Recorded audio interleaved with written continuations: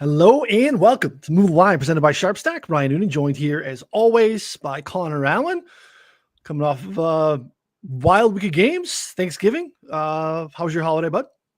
Yeah, holiday was good. My wife made some mac and cheese that she found from TikTok, Mm, and so that it was very good. It was like the insane amount of cheese and cream and butter and all this stuff, and can't lie, it was pretty awesome. nice. And you're out in California still.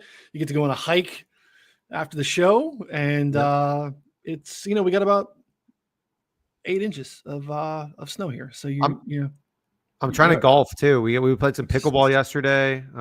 Might go, hit the ball, hit some golf balls or something like that. I'm trying to do like a par three course or something, just like something easy, but might end up just doing the driving range. I don't know. We'll see. I don't have my clubs, so that'll be another adventure. But we'll figure it out.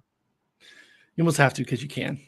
So Exactly. That's what I'm saying. Like I don't. It's gonna be a while before I can really do anything else. So yeah. I want to jump right into it. I want to remind folks, Black Friday, Cyber Monday sale still going on today, actually Monday, the last day. So if you head over to 44.com/plans right now, our picks package, which is a full calendar year, NBA, finish NFL with us.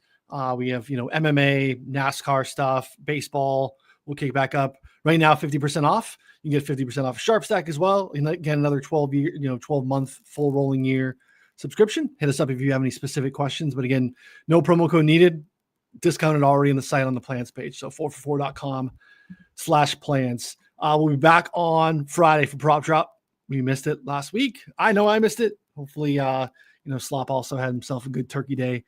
But yeah, we had a great weekend of football. It started on Thanksgiving. 3 awesome games where the dogs win outright. Another dog wins on Friday. We keep more casual. We, no buys. It's gonna be really hard for us to bang through the entirety of the week 13 slate, and then also kind of pull forward week 14, talk about future. So take it wherever you want. What is when I talk about week 13? What's one of the things that pops into your head first?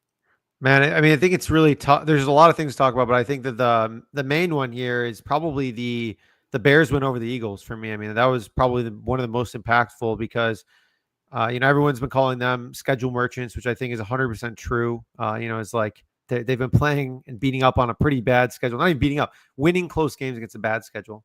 And so now they play the Eagles. They just dominate the line of scrimmage. I mean, like we're double teaming guys when they needed to double team them. Like the running game was incredible. And so I think that execution showed to me that like I don't know, maybe not this team is legit, but like they can figure some stuff out, So like, and they've consistently, I think, reinvented themselves as the season's gone on. We've talked about it almost every week on the show. It's like they started the season as like a team that couldn't really run the ball. They were relying too much on Caleb Williams. The defense wasn't good enough. But then now they've become this team that like creates havoc on defense and causes turnovers, and then offensively can run the ball. And if Caleb Williams does anything, then that's good. He still missed way too many throws. He missed like 3 or 4 like easy throws. But then the touchdown to Kmet was ridiculous. I mean, that was like a wild throw, like rolling out to his left and then threw it, back over and like rolled his like not many I don't know if any quarterbacks outside of like Mahomes, Josh Allen, and I don't know, maybe Joe Burrow can make a throw like that. Like that was incredible. So yeah, it's a team that I think is probably going to make the playoffs at this point. What are the playoff odds for the Bears? It's like 90%, right? Something like that. It's crazy. Yeah, I mean they are definitely looking like it's going to be hard for them, even though the schedule is tough. I mean, where we had to make the playoffs here. Yeah, they are minus 320 on DraftKings to make the playoffs. If we look at the New York Times playoff sim, they have the Bears at a 77% chance to make the playoffs. So kind of Yeah, no, that makes aligned. sense. Yeah. So which is pretty tough. And I'll pop that up and share some of that here as we kind of move forward too. Yeah, I mean, it seemed like I was looking at this morning and I can pull it up. Excuse me. I think it was really intentional. I think they had the fastest time to throw of the week.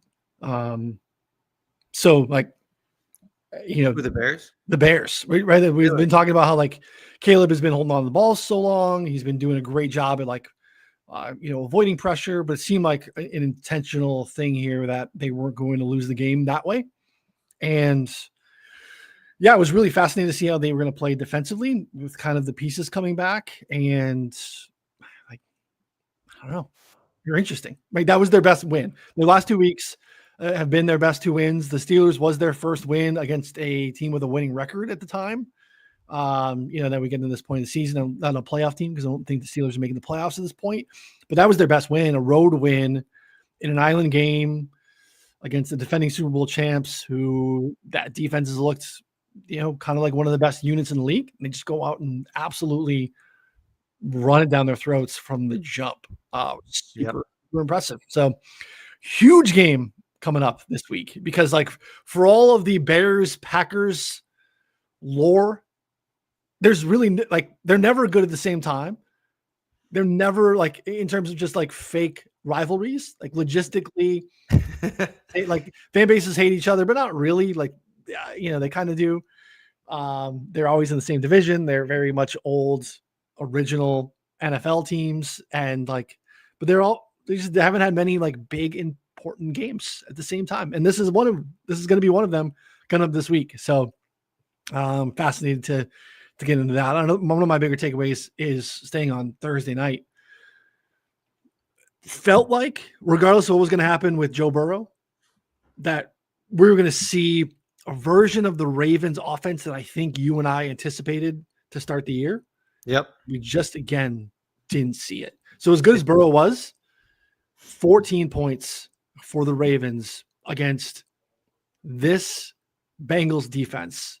And for all the cases you want to make that they're improved, that they're playing better, like it's the same dudes. Like Trey Anderson's out. Like it's just not a good defense. Maybe they're not like historically the worst defense ever as DVOA had them trending, but 14 points for the Ravens. I don't know what to do. Yeah, I think something's wrong with Lamar. I mean, something's up. He's not running as well. Something's off mentally. He's missing throws. Timing is off. Derrick Henry doesn't look good. And then the defense isn't playing as well as it should. Like it's all those factors combined results in this Ravens team that just isn't really very good right now. It seems like. Yeah. I mean, they are well positioned at this point. And part of that is just based off of what's going on with Pittsburgh, but also staying in that same game. The Bengals are live. It's thin. Yeah. It's very, very, very thin. They play this week in Buffalo, a team that they've kind of had their number in some big games here in the Burrow Allen era.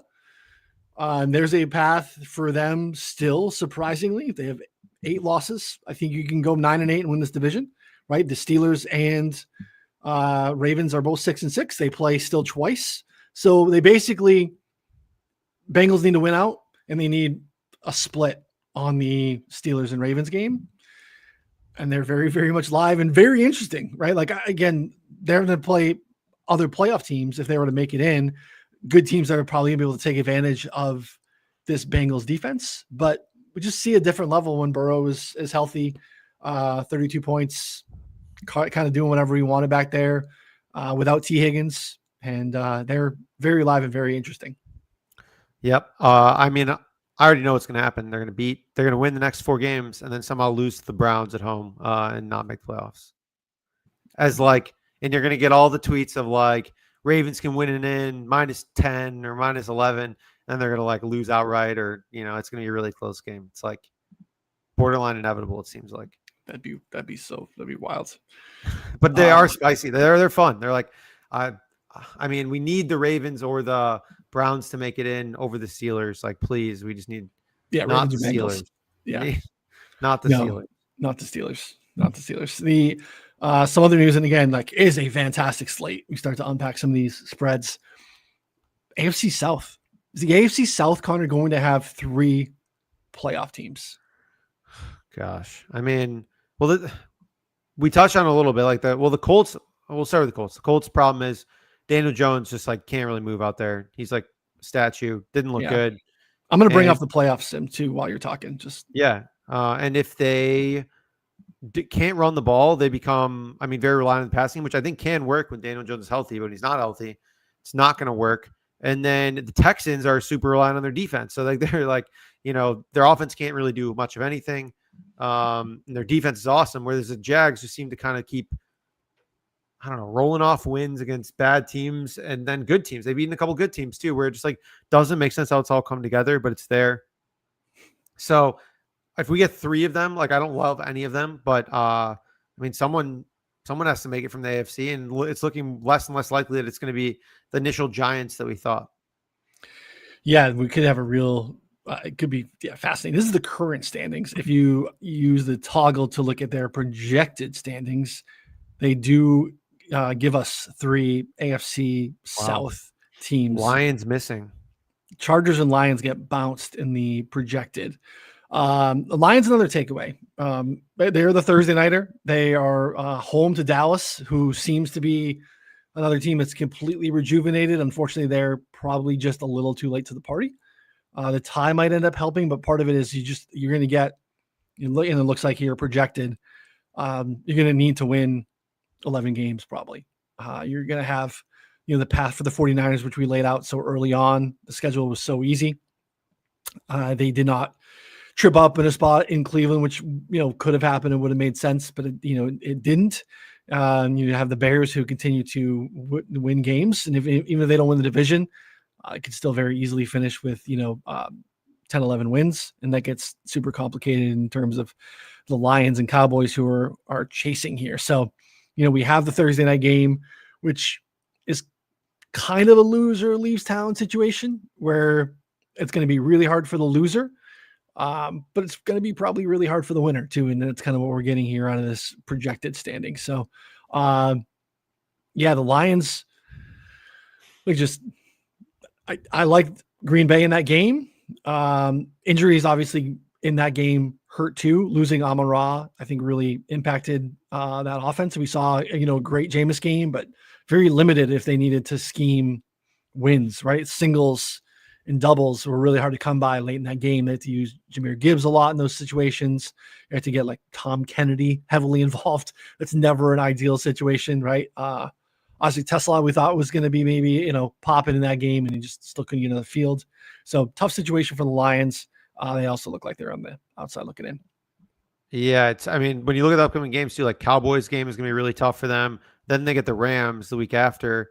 Then Steelers, Vikings, so it lightens up a little bit, but not like a cakewalk teams either way. Like I would definitely think the Lions are going to win, but it's not going to be easy. And then they get the Bears in Chicago on January 4th. Like tough. Disaster setup. 3, like I would consider that a really tough game.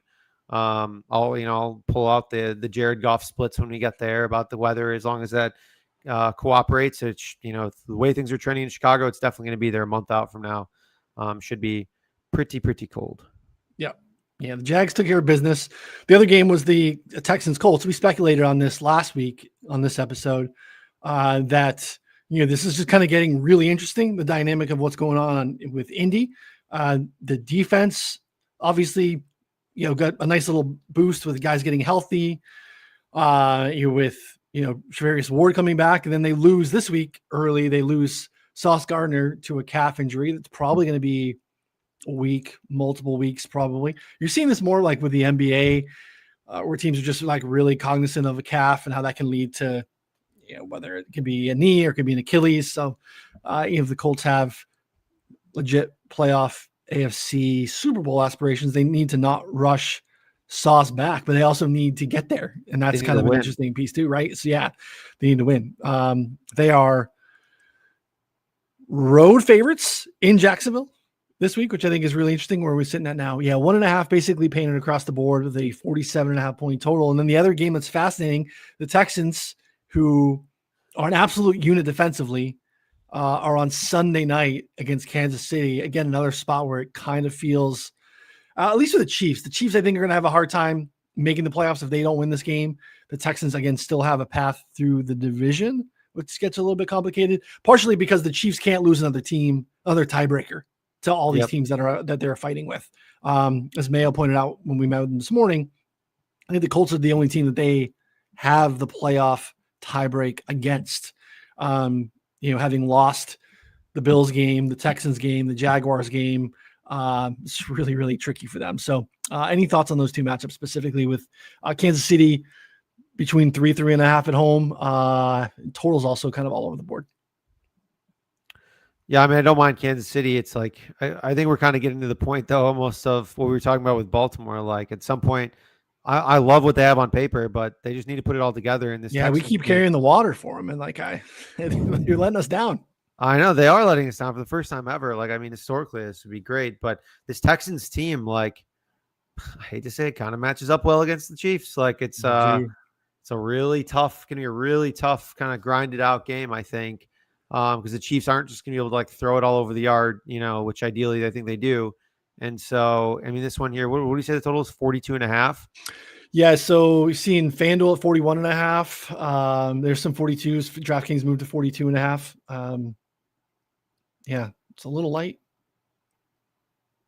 but the defenses are pretty great.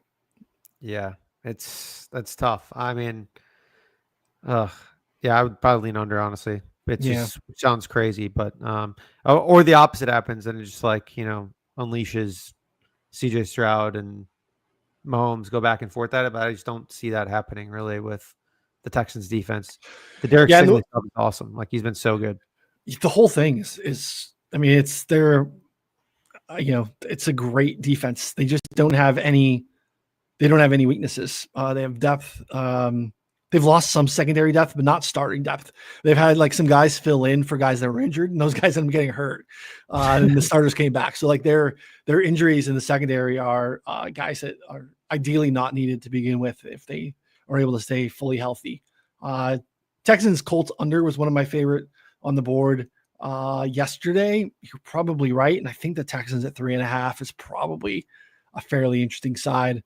Again, like Daniel Hunter and Will Anderson are playing so well. If there's a situation where they just didn't have, Garrett doing what he's doing, like you can have real defensive player of the year discussions there. But yeah, tricky. And again, the Texans, as currently constructed, are not afraid to go into Kansas City in a big spot on a Sunday night and play that game. They've done it a bunch. They've had, these teams have met in the playoffs a bunch in Kansas City. So there's not going to be a moment situation where these guys are caught up and this is the first time that this team has been there, right? We might have some of those things with the Bears, or some of these at the Patriots, where they just haven't been with this young team, new head coach, young quarterback.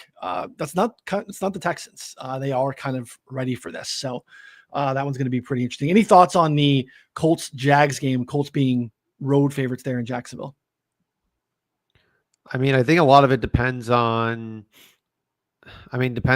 Daniel Jones. Like, I want to back I think the Colts are significantly better than the Jags, but I mean, Jags run defense is pretty solid, and again, it kind of the exact same thing could happen here with like if you can't run the ball and you're putting the ball into Daniel Jones' hands and he's injured, then it's just, it's a tough sell.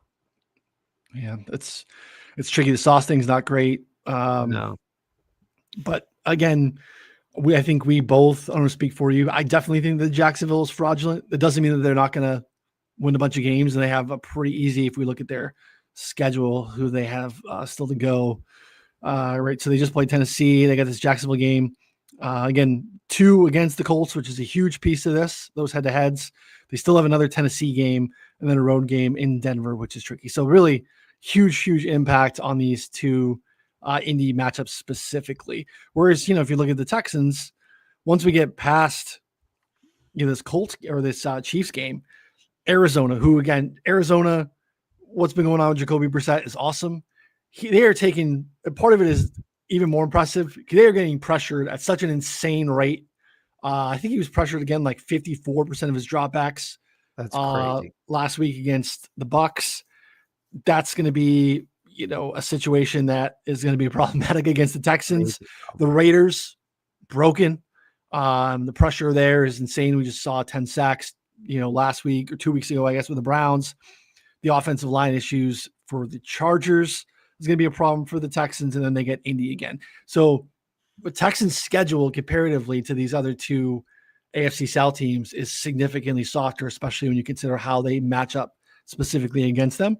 That makes these head-to-head matchups between the Colts and Jacksonville pretty impactful. But again, when you go back to the playoff picture, there's still a path for both of these teams, right? Considering that the Chargers schedule is a little bit tricky and the Chiefs are working from so far behind at this point. They can basically they can maybe lose one more, but probably not. What are the odds for the Texans to like win the division or make the playoffs right now? Let's see. Let's see. I mean, To make the playoffs, they are minus 134 on FanDuel. okay. Is your best bet to win the division here. Let's see, plus 350 seems like the way to go. Yeah, I don't hate that. I mean, what are they right now behind the? I mean, they're giving a 23% chance to win the division. Is that what that? No, it's 23% chance to. No, that's correct. That's the win of the division. This is the playoff number to division number. Yeah. Okay, so the odds there would not agree with whatever odds we'd be playing. I don't think, but it's true. Yeah, I don't know. I don't hate it. I mean, both there's one game behind their schedule. They could easily win almost like 4 or 5 games. Correct. And you look at the Colts, how it lays up. And again, they didn't have a quarterback with a broken leg, right? They just lost Sauce Gardner probably for a couple of weeks. It matters, right? Their gift for getting on the other side of this road game is on Jacksonville is back-to-back roadies in Seattle. Tough. San Francisco getting healthier. Starting to find a little bit of a pass rush. There's, the Keon White trade is nice. Cleveland Farrell's playing well. They got Bryce Huff back. Niners are, they've taken on so much water from an injury standpoint, but their offense is healthy, right? So, and then they get Jacksonville again, and then they got to go to Houston. So, like, the Colts path is super duper tough. Like, that's the path for the Chiefs, is that the Chiefs kind of win out. The Colts kind of stub their toe here a couple times down the stretch, which would make a ton of sense, I think, to everyone. That could happen. And again, the schedule is by far the hardest. But that'd be down bad for the Colts. Like, we're talking about the Colts being, number one seed in the AFC 2-3 weeks ago. And here we are, like, they're the path forward for the Chiefs to get in the playoffs. Yeah, and I don't know. We got to sacrifice someone here. Someone needs to be sacrificed. Otherwise the playoffs are just going to be, I mean, the playoff picture right now currently for the AFC, or even the projected one, I mean, 3 AFC South teams. I don't know what the odds would have been on that, like 3 of those teams making it, but I don't know how high it would have been for me to consider even taking it, because there's just no shot that I could have thought this would happen. Well, let's go through the Chargers, because they have the Chargers out. Part of that is, that is one of the head-to-head matchups specifically, right? This is the Chargers are having to play Houston in week 17. This is a really, really impactful game. When you look at the Chargers schedule, they have no more cupcakes. They're on the other side of it. Philly this week, tough spot. Philly, looking to bounce back, extended rest. At Kansas City, those games are always dynamic, means a ton. Dallas is looking like a completely different football team than who we saw early in the season on both sides of the ball. They have the game specifically against Houston. It's going to be a massive, massive game, regardless of what happens here. Unless, even if, the Chargers would have to lose, I guess, Philly, Kansas City, and Dallas for the Houston game to mean less. But that one, there's just no way forward that doesn't mean a lot. And they got to go to Denver. So, like, Jacksonville and, the Colts and the Chargers, their path is significantly harder than the rest of these teams we're talking about. Yeah, that's crazy, especially at Denver, like final week. I mean, these are all playoff or fringe playoff teams, basically, and good ones. So that's really tough. That is brutal for the Chargers, especially Justin Herbert fractured his hand or something like that too. Yeah, which I think said he doesn't expect to miss time, but like Daniel Jones, like he's playing, but he's clearly not right. Yeah, that's a tough one. The only path, I guess, for the Chargers there is a scenario where Denver is locked in and doesn't really need that game, right? They can't catch New England or something for the number 1 seed, or they're locked into the number 1 seed. They've already won the division, and then they maybe get a light second half. But I don't know. I don't even know. That's kind of why you see the Chargers currently projected to be on the outside looking in, which again, another situation would be very tough. Like they've also just had so many injuries. The offensive line injuries are mounting. That gets tricky. So it's going to be some interesting, exciting teams on the outside from a projected standpoint, right? Like Chargers, Chiefs, Cowboys, Lions, like those are fun teams. Yeah. There's some, taking on the Jaguars into the playoffs instead feels like a pretty bad. Yeah, we Pretty big probably bummer. need to get the Panthers out of there too, but they just keep winning like random games. They just beat the Rams. They have, I think, the two good biggest upsets of the year. Right? They win in Green Bay. They're Yep. 14-point dogs. And then Green Bay occasionally looks like an absolute unit. And then they beat the Rams, who came in. Everyone's riding high, seemed like a lock for the number 1 seed in the NFC. And now they kind of bring the Rams back to the pack, where the NFC gets a little bit more interesting at the top because of the Panthers loss. And yeah, we don't want to see the Panthers. Like, I know you don't believe it. I don't think anyone really believes it. But we're in a spot where, what's their schedule look like? Well, let's see. Let's see what their to make the playoff odds are. You know, the Panthers play the Panthers play football like Syracuse plays basketball, except worse because they can't shoot threes. Like they play like a shitty zone. And like Syracuse just plays a zone and like no one knows what to do with it. And the Panthers just like play boring. They run the ball. They get like 3 to 4 yards on first down, run the ball, get 3 to 4 yards on second down, and then find some way to convert on third down. And it's like, that's what it was. They murdered the clock. I mean, we're just like absolutely annihilating the clock. And the Rams just kept turned the ball over a couple of times. And like, they had some success, but it wasn't great. And then the Panthers just found a way to like kind of piece together on offenses like they've done for the last 6 weeks, basically. Again, don't think Bryce Young played particularly well. He had that one big throw to the Coker and then the Tet score were big. But get long down and distance, late downs, to your point. Yeah, it's just, I guess that's a skill. I don't know. It's just very strange to me that like this team keeps winning and I don't get it. They've been just so horribly inconsistent, right? Like there's no way you watch that game against San Francisco on Monday night and you're like, so that's a playoff team, or that's a team that's going to beat the perceived top team in football. It seemed like a weird setup, right? There's the whole West-East situation and like the weather looked like it was going to be a little wonky, but then I was like, it's a short week for Carolina. They have so many injuries. Like they were missing like starting linebackers. They were missing a starting safety. It's like, they're kind of getting bailed out, like the Rams are, for this being a tricky schedule spot and tricky matchup. And then, it's third down, 3rd and 12. Yeah, here we go. 4th down. It was crazy. Hated that. It's something that I know I shouldn't do. And then when it happens and it's happening live, I could feel it early. I'm like, like some like juicy props, some couple different like things that I really liked. I'm just like, I'm just going to drive it down a little bit. I'm just going to bring the Rams money line into it. A bunch of really good bets lost because I did something that I've been doing this for decades and know I shouldn't do. I did it, and I deserve to lose all those bets. Like under 48.5 longest field goal in Cleveland. Great bet. Not even close. Lost because, I have the Rams money line tied to it like an absolute donkey. So you know what? I didn't even actually bet that this week for some reason because I'm in a prison state. So I wasn't thinking about it. I like kind of, laid off the action there. So I took it to the book that I know cashes it if it there's no kicks. So that was good. Good. Yeah, that's good. That's another.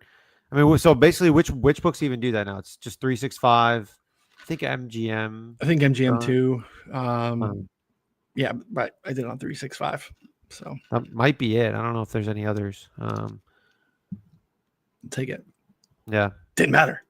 Keeping that 365 account real clean by doing stupid stuff like that. All right.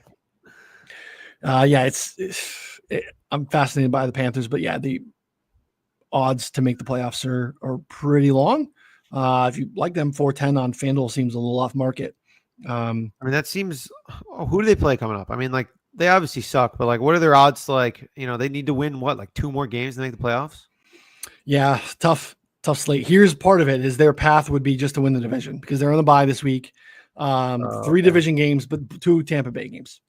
And then the Seattle game mixed in there too, which is just a look at number just for people that are like, hey, I like Seattle -1.5. We all would, but this is a look ahead line. So yeah, that's part of it. So we look at the playoff sim, their path would probably be through the division, right? 21% chance to make the division, which is basically the same for them to make the playoffs. So, if we're looking at betting that, it would be, what was that, 410? Yeah, 410 on FanDuel. If we go to the South specifically, not much there. You just take that 440 to win the division, which I would not do and would not advise you to do. No, don't think that's the right move. So Bucky Irvin coming back, other receivers seem to be coming back. Like the Bucs are getting a little bit healthy. I don't think they're a true threat in the conference overall, but they're trending in the right direction. I don't know why Falcons even deserve a spot to be listed here. We've eschewed the Saints. We should probably do the same to the Falcons, who again, as favorites, cannot win against the Giants or against the Jets. Crazy. Yeah, absolutely crazy. So the Chargers, the path is harder than I thought there. Any other takeaways, anything else that jumps out to you for week 13? We can start to jump into some of these week 14 spreads. I think we already touched on the Panthers Rams upset. I think the main ones were on Thanksgiving, and then Broncos narrowly get it done again last night on Sunday Night Football. I mean, it's crazy how they keep winning. They're also another team that their offense does not inspire me at all. And the Vikings trotting out Max Brosmer was legitimately disrespectful to the fraternity of the NFL. I mean, an embarrassing effort. I don't know what his number was. I think it was like 160 or something, one really low. I thought about playing the under. I had the Aaron Jones under instead. So I usually don't like to double dip in case maybe I'm wrong. Sure. But yeah, I mean, that was pathetic. It's pretty bad. It was pretty bad. It was pretty rough. And good for him. One and done. They've already kind of announced, looks like that JJ McCarthy will be back. And I think part of that was just like, he's just the white knight. Like, there'd be so many good takeaways because there was good football. But like, if we had another JJ McCarthy laid egg, which is probably likely what would have happened going up to Seattle. Yeah.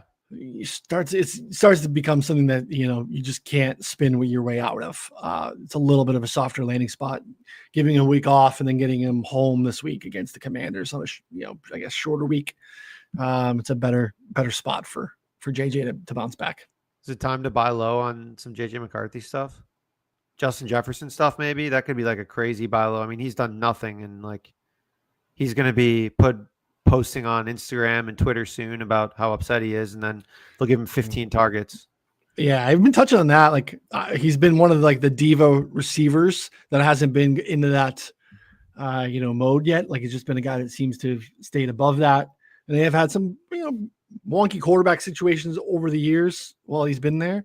But I think we finally broken the man's spirit between JJ, Carson Wentz, JJ again, and Max Brosner is pretty rough, considering how Darnold had him cooking for a bit last year.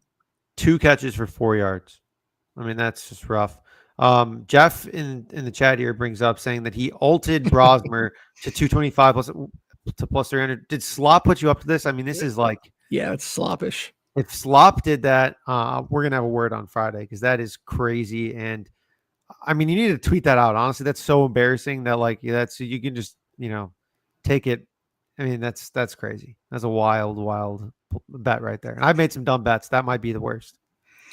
It's great. He was getting 3-1, in Jeff's credit. True. I did play the DeAndre Swift under, and he lost he won in the first quarter. Or he went over in the first half. Yeah, first half. Yeah. Because apparently the Bears are the best run blocking team in the league. So true. Jeff, just wanted to check in on Cooper Flagg. I want to see how that's going for you, bud. After your egregious Cooper Flagg is a bust, tweet the other day, the 18-year-old seems to have figured it out. Shocker that we shouldn't bury generational talents after 10 games. Tough scene, Jeff. Still time to delete those tweets though, bud. It's okay. All right. Yeah, this slate's going to be awesome. Like we occasionally get a handful of really good games, like some games you would slot as like must watch. And we just don't have many stinkers this week. I don't think we need to touch much on the Titans Browns game coming up. I don't think we need to touch about, on the Commanders and Vikings, Dolphins, Jets. We can, before we do, I guess, Jeff doesn't like Coops rebounding, I guess. Here we are, Connor. Any thoughts on the draft? We're coming up. Yeah, the Jets just keep winning, man. I mean, what the heck? Like, this is pissing me off. I thought they were in contention. It's almost, I think, it's the Titans. I will say, though, because the Titans have Cam Ward, maybe you leave some options for open for the draft to, like, bet on someone else to go number one. Yeah. Because then, I mean, but also someone could still trade up. But, like, I think 100%. there could be some speculative stuff on the draft. I haven't looked at odds at all. Have you? Like, I mean, there are odds for sure. There are odds for number one pick, but yeah, it's I think the one of the Reese, the edge rusher linebacker hybrid from Ohio State, I think is one of the current favorites, or the Bain kid from Miami. I think those are like the two that are favorite. So we have Arvell Reese, I think you're talking about. Is Arvell Reese and Bain. Is he an edge though, or a linebacker? Or yes, he's playing both, kind of like what Jalen Walker did in Georgia last year. But I think he's going to be an edge at the next level. I mean, is that too much of like not to get too deep in the weeds? Is that too much of like a transition though? Is he a tweener? You know what I mean? It's like, is that going to scare people off? I don't know. I think Bain's probably the better pure edge rusher. He's having the better season. Mm-hmm. So right now the odds are heavy favorites for quarterbacks. Mendoza plus 165, Simpson plus 275. Then it's Dante Moore, another quarterback. Then it's Arvell Reese plus 550, Bain plus 650. And then you got just a bunch of guys that have no chance to go number one with Lenore Sellers, Archman. I mean, they just haven't put any thought into this market at all. Yeah. Carson Beck, Keldrick Falk. I don't know. I mean, I think honestly what we should do is at some point in the next Keldrick Falk's not going number one. Yeah. The next couple of days is like try and find which defensive prospects are actually the best and probably just or offensive line and just put like a couple bucks on each of them, because there's a legit chance the Titans just stick and pick, and it's not going to be a quarterback, which feels almost not certain, but very, very likely they're going to have the number one pick at this point. Yeah. It feels like Reese or Bain probably. I mean, I think Caleb Downs is probably the best prospect, defensive prospect, but I can't see a team taking a safety as first overall. First overall, right. Yeah. But I think he's awesome. But I mean, that entire Ohio State defense has got they have 5 first rounders on that defense. They're really good. But yeah, obviously prospects of a trade are real, but and you have to listen, especially when you have the quarterback, right? We've seen enough from Cam Ward. They're not going to take a quarterback at the top of the draft, and there's not like a clear guy to address it. But yeah, there's probably some good speculative sprinkles to be had. I mean, also too, like, are any of these guys worth trading up for? Like, I don't think so. I mean, these guys like it. Mendoza's fine. I mean, some people like Mendoza, but I mean, I've watched him a couple times. I think he's okay. Like could be a good NFL quarterback, but I don't know if like a team's going to be willing to mortgage like 3 firsts to move up or 2 firsts to move up. So I don't know. I'll ask the college ball knowers as well and see if we can find any value here. I think this is a pretty good opportunity.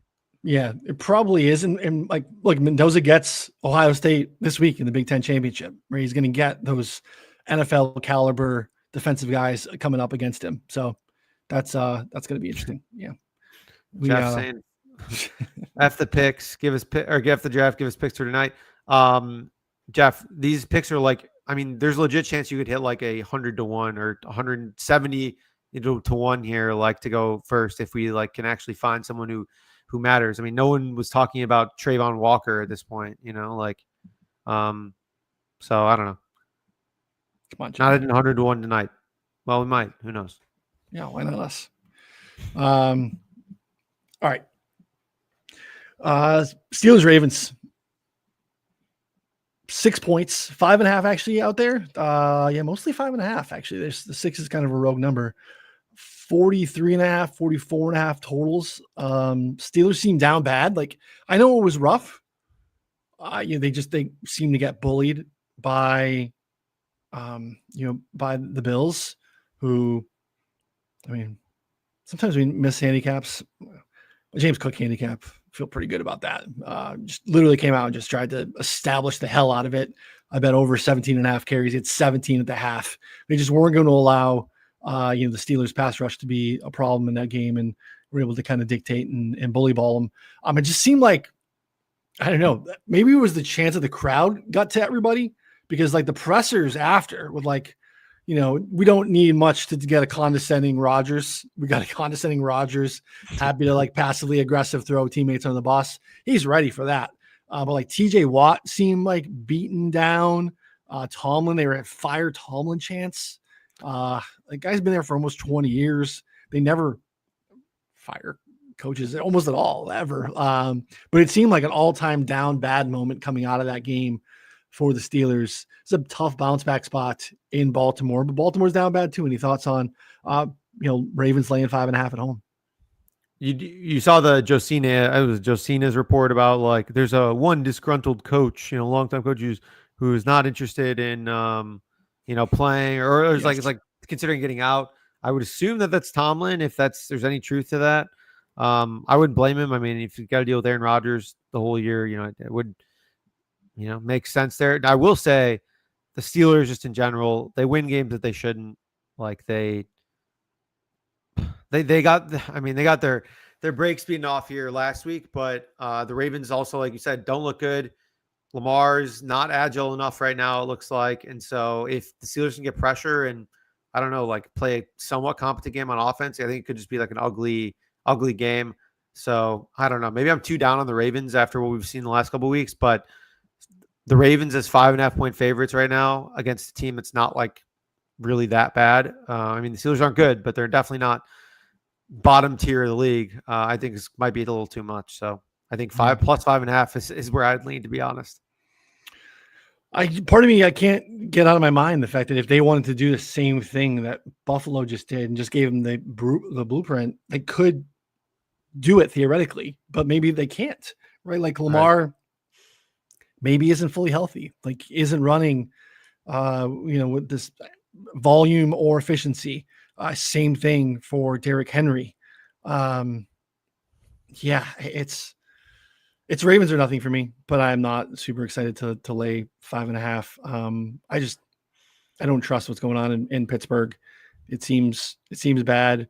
And you're also just continuing to be in the middle, in terms of being able to like start new. They're going to probably have to go into free agency again, the quarterback, or in Mason Rudolph, right? Like, they spent a bunch of money on the defensive side of the ball to, be really competitive, to have that unit lead the team, and they are not getting anything out of them. So, that's kind of why you see the divisional odds reflected here, even though both these teams are 6-6. So,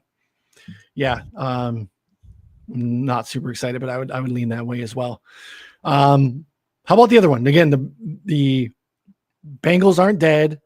You see here 9-1 on the screen for them to win the division. They kind of, basically have to take care of this game here. Because again, they have 8 losses. Assuming they win out, they could be 9-8 and win this division with some tie breaks. Again, they, some head-to-head still to come here. They are 5.5, 6, some spots, dogs in Buffalo. Hefty total, 51.5. Talk to me about Bills, Bengals. I mean, the biggest problem is that the Bills are running the ball well and the Bengals run defense is not very good. So like, I don't even know if you need, like, we've talked about some of the other problems that can happen for Josh Allen, considering his receiving, like pass catching group. If like maybe a team can stop the run, you force Josh Allen to, I don't know, play a different style, or have to play hero ball. And that's not, I don't know if that's going to happen here, because like the Bengals run defense can't really stop anyone. So I want to support the Bengals just overall because I think it's fun, but I also don't. I don't know. It's a tough ask for me, to be honest. I mean, you're basically just getting 6 points because of Burrow. Like, it's not. I mean, the rest of the team is very bad. Yeah, get T. Higgins back. The rest of the team is very bad. The aura points for Burrow are pretty. What are we getting? 2.5 aura points? 2 aura points for sure. At least. The quotes are so good. You see the pregame stuff. It's just like, hey, listen, And he looks so, it's just like, okay, Yeah.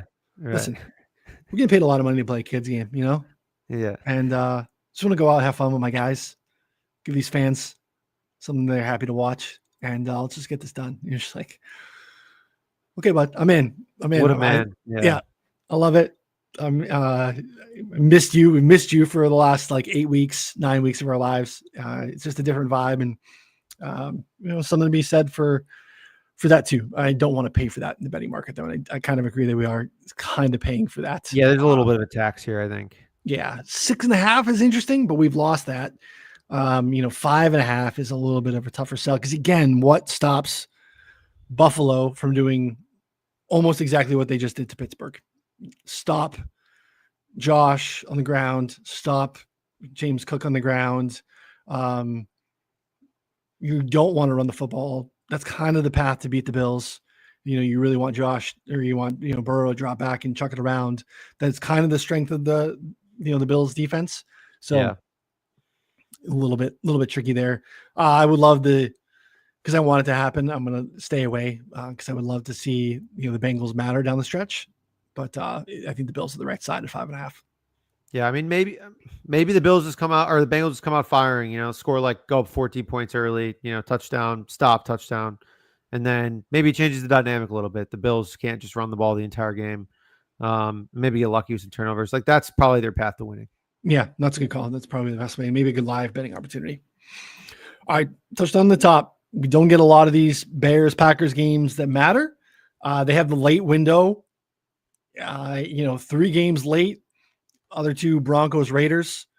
It matters. Obviously, the Broncos can't mess around. They got to win. Same thing, Rams-Cardinals. All those teams have to take care of business. But, those are more than touchdown favorites for the road teams there. This one is kind of standing alone as the bell of the ball in the late window. Packers are 6.5 point favorites. 44 to 44.5 is the total. You can see the current divisional odds on the screen as well if you're watching on YouTube. With the Packers, the current favorites, minus 135 on FanDuel. Bears, even though they are your current number 1 seed to win or to be the number 1 seed in the NFC, it's not how the market sees it playing out. But any thoughts on 6.5 there with the Bears Packers?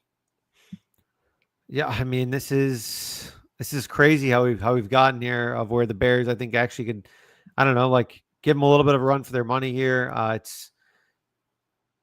We're in a spot where, if the Bears can run the ball on the Eagles, run the ball on anyone, you make anything a game here, because you get just kind of some weird magic of being able to run the ball, and then Caleb Williams being able to do some crazy things. So I think it will also helps too. The Bears got their secondary guys back last week. They got Kyler Gordon back. They got Jalen Johnson back.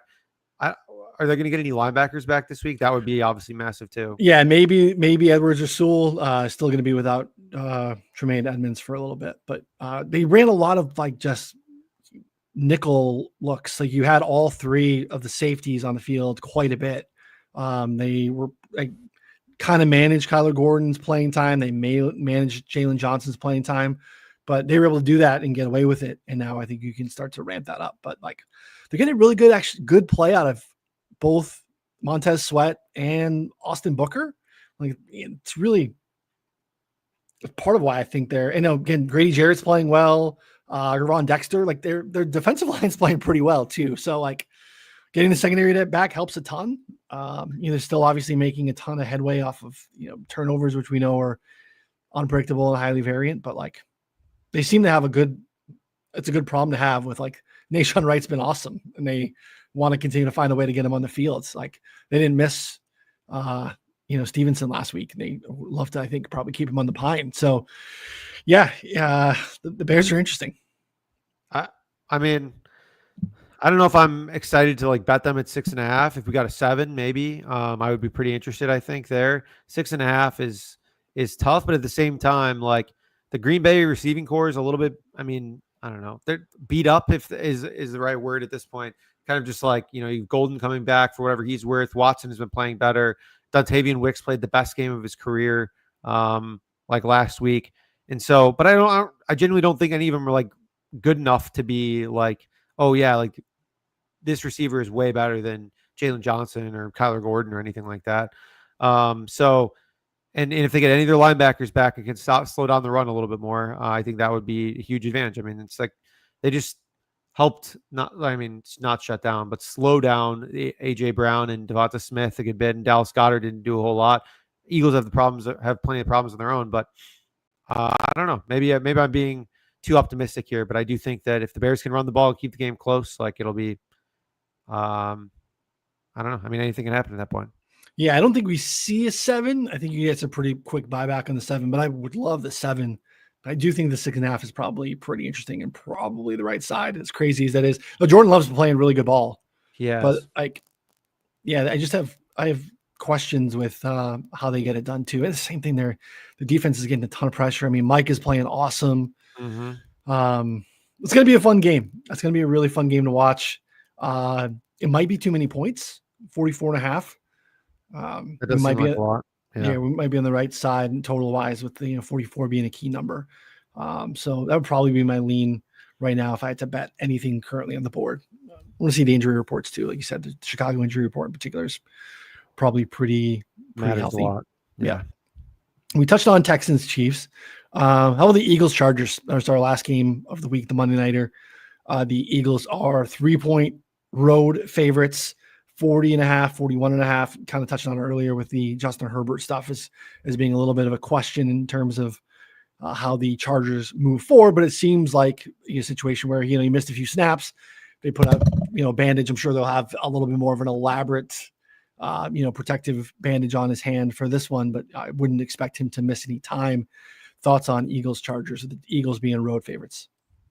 The problem is, in a vacuum, I think I would probably want to back the Eagles.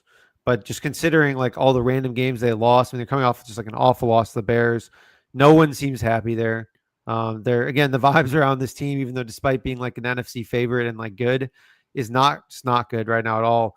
People are, I don't know if you watch the game with volume on, the fans were legit booing every right away. Like that, like first 3 and out. It was like right away. Right away. It was like, damn, that's tough. Yeah, like they were, and I mean the Bears only won by whatever, like a touchdown or like a couple points.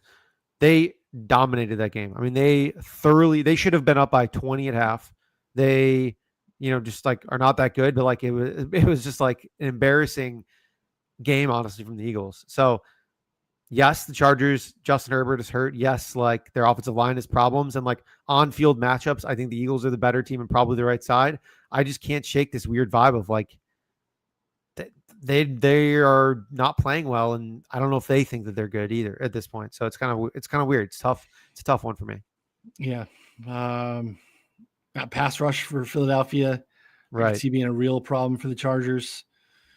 They have to be really intentional, like the Bears were, to get the ball out really quickly. I feel like the Chargers could also be in a little bit of a swoon here too. So another under. Yeah, I mean 40 and 41, 40.5 is really low. It's really low. No, I don't love that. I'm not taking the over though either. So I think it's probably telling that that's probably the right side. Again, I don't know what, I don't think we're going to see any impactful injury news there per se, but 2.5 on Philly. I'd be interested. 3, I'm probably staying away. Props would be the angle. Some sacks. We can get some, Jalen Phillips sack, or if we get a decent price or something like that, I could see that happen. But yeah, I mean, back to back. I mean, that they folded against the Cowboys and then get the doors blown off by the Bears. It is tough sledding here for the Eagles. So I don't want to back. I mean, they're not running the ball as well as they were. Like their defense, I think, is still good, as you mentioned, like all the pieces there. But the offense is just a disaster right now with Kevin Patullo, and that's like really bad when you're missing Lane Johnson.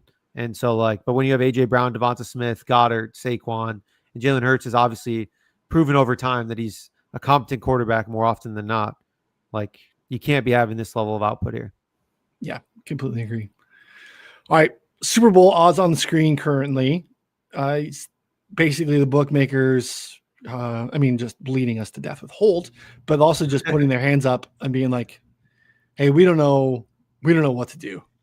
really with any of this. This is really fascinating that you see your top 4 teams are in the NFC.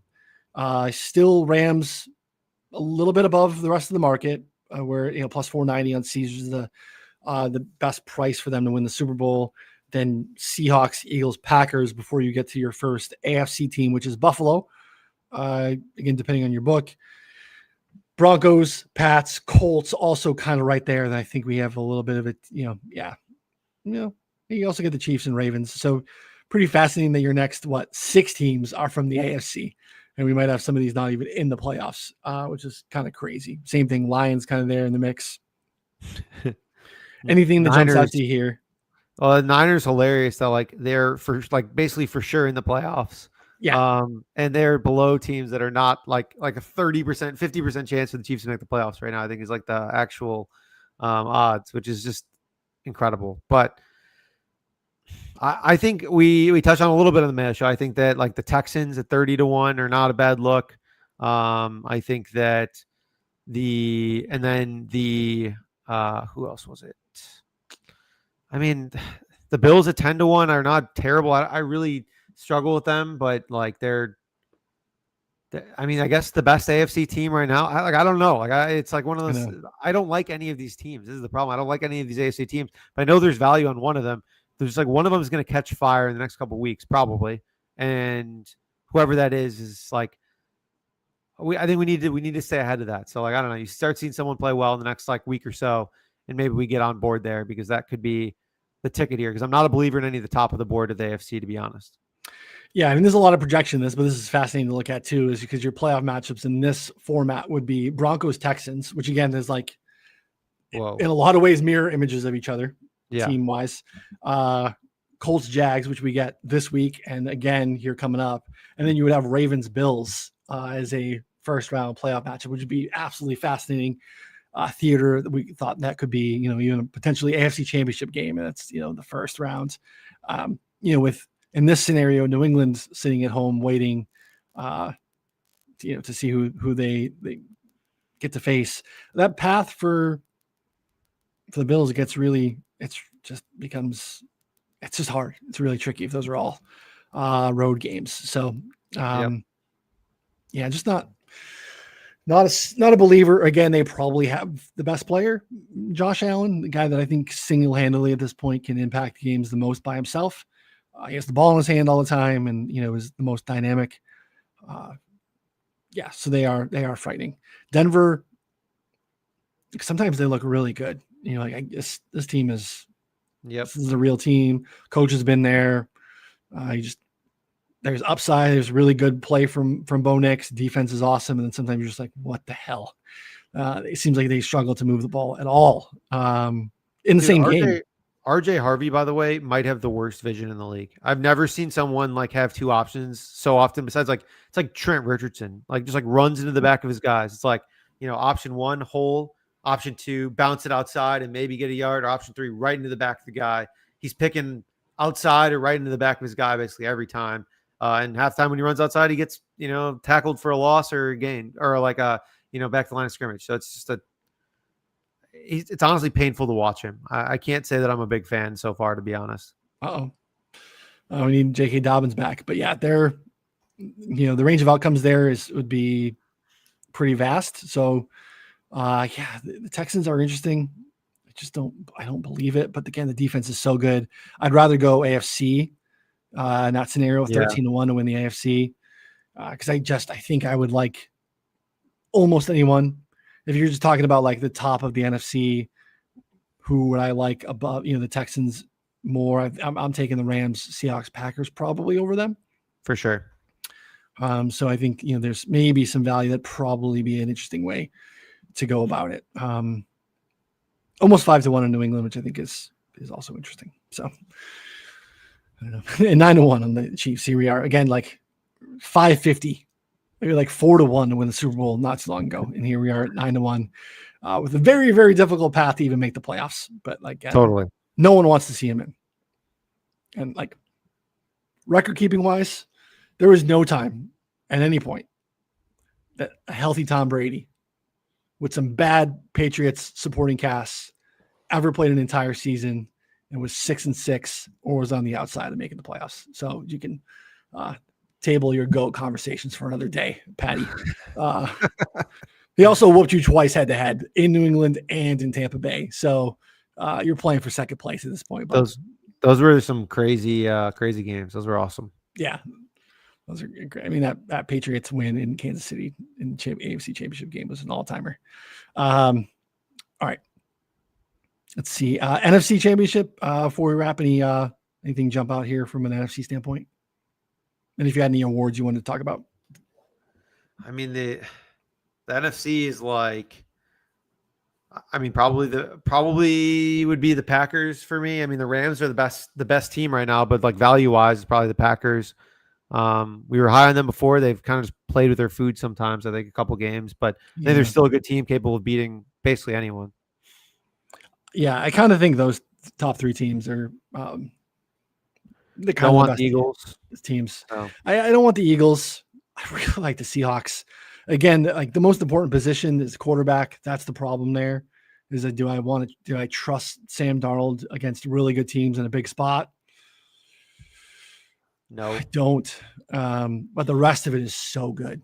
And again, like Max Brosner, Vikings aside, like I was super impressed by the Rams game, even though they lost that game. The fact that they had a field goal opportunity to win that game, despite 4 picks that gave, the Rams short field. Rams couldn't do anything. Seattle's defense is really good. Yeah, that's tricky. So anything awards wise that jumps out to you before we wrap? Let's see here. If we go to MVP, I think if you think the Pats win big tonight, May's going to be favored tomorrow. So I agree. Like if you think the Pats win by, or even if Drake May throws for 250 and 2 touchdowns or 3 touchdowns, something like that, he's favored. If he blows up, then he's probably favored even more. So yeah, at this point, it still seems like it's between probably May and Stafford. I don't really see anyone else entering the picture at this point.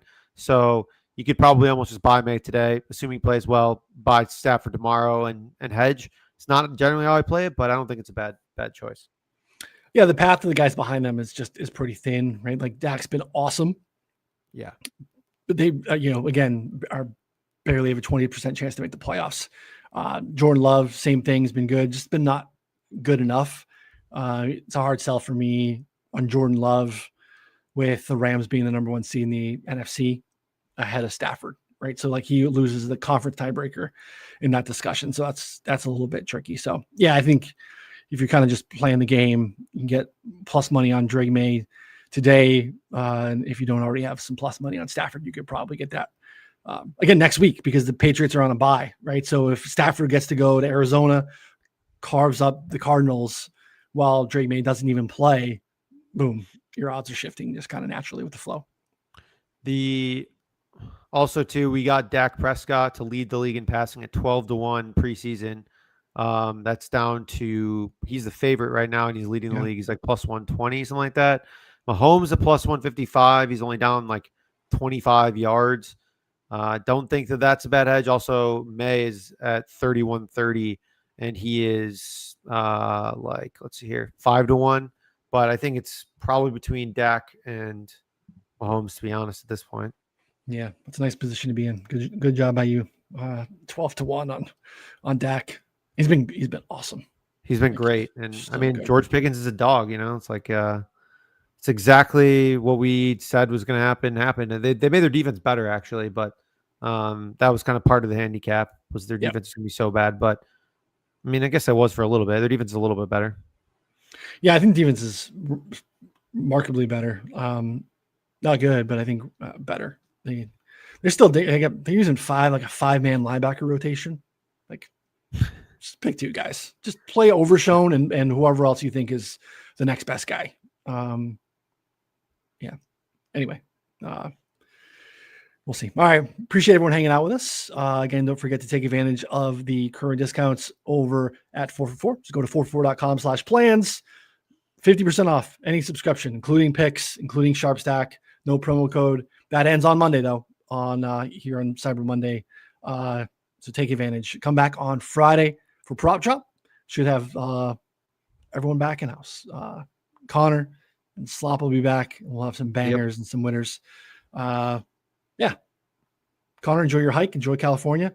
I'll take care of the cold here for us. And hopefully all the snow is gone by the time you get back. So, all right, for Connor, I'm Ryan. We'll see y'all next time. Thanks, everybody.